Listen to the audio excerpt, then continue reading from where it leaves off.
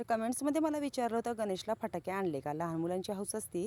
हे बघा, गणेशला फटाके आणले. गणेशने रात्री लक्ष्मीपूजनची खूप सारी हौस करून घेतलेली आहे फटाक्याची.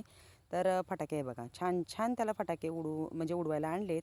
छान अशी सगळी वाहनांची पूजा केली, ट्रॅक्टरची वगैरे सगळी पूजा झाली. आणि आता चला म्हणलं स्वयंपाक बनवूया. तेवढ्यात नेमकी लाईट गेली.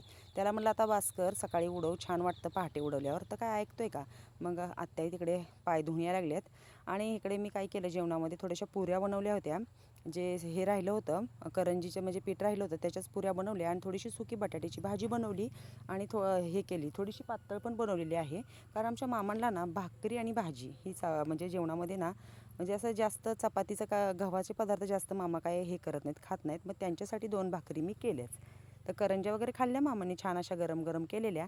तर मग मामांसाठी 2 भाकरी केल्या, बटाट्याची पातळ भाजी केली. तर मग कसा वाटला आमचा जेवणाचा बेत कमेंट्समध्ये नक्की सांगा. आणि सगळ्यांनी छान असं या रानातलं मस्त जेवण करायला.